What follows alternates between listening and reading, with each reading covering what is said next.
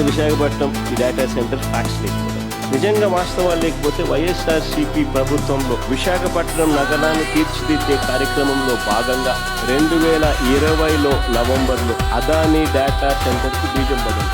మే 3వ తారీఖున 2023 శంకుస్థాపన ఫౌండేషన్ స్టోన్ కూడా వేయడం జరిగింది అదానీ డేటా సెంటర్. బేసికలీ ఏ డేటా సెంటర్ అయినా రావాలంటే ఫస్ట్ డేటా రావాలి. డేటా వస్తే నువ్వు డేటా సెంటర్ ఒకటి వస్తుంది.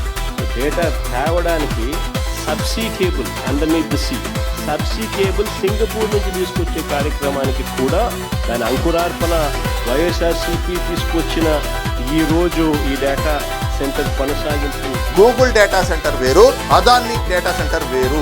అదానీ డేటా సెంటర్ అనేటువంటిది కేవలం సపోర్ట్ సిస్టమ్. ఈయన ఇక్కడ చెప్తూ దొరికిపోయాడు. ఈయన చెప్పేది ఏమిటి?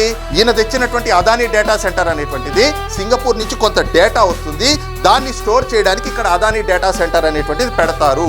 మంత్రి నారా లోకేష్ గారు కృషి ఫలితంగా వచ్చినటువంటి ఈ గూగుల్ డేటా సెంటర్ ద్వారా జరిగేది ఏమిటి అంటే, ఏదైతే గనక అమెరికాలో గూగుల్ డేటా సెంటర్ ఉందో, గూగుల్ ఆఫీస్ ఏదైతే ఉందో దానికి ఒక బ్రాంచ్ ఆఫీస్ ఇది. ఇక్కడ నుంచి గూగుల్ డేటా అనేటువంటిది జగన్మోహన్ రెడ్డి చెప్పింది ఏంటి? అదానీ డేటా సెంటర్ కి సింగపూర్ నుంచి మాత్రం తీసుకొస్తాడు. కానీ ఈ గూగుల్ డేటా సెంటర్ నుంచి 12 దేశాలకి మనం డేటా పంపిస్తాం. మన దగ్గర నుంచి డేటా వెళ్తుంది. అందులో సింగపూర్ కూడా ఒకటి. అంటే సింగపూర్ కి డేటా కూడా మనం పంపిస్తున్నాం ఈ రోజున. ఇది గూగుల్ డేటా సెంటర్.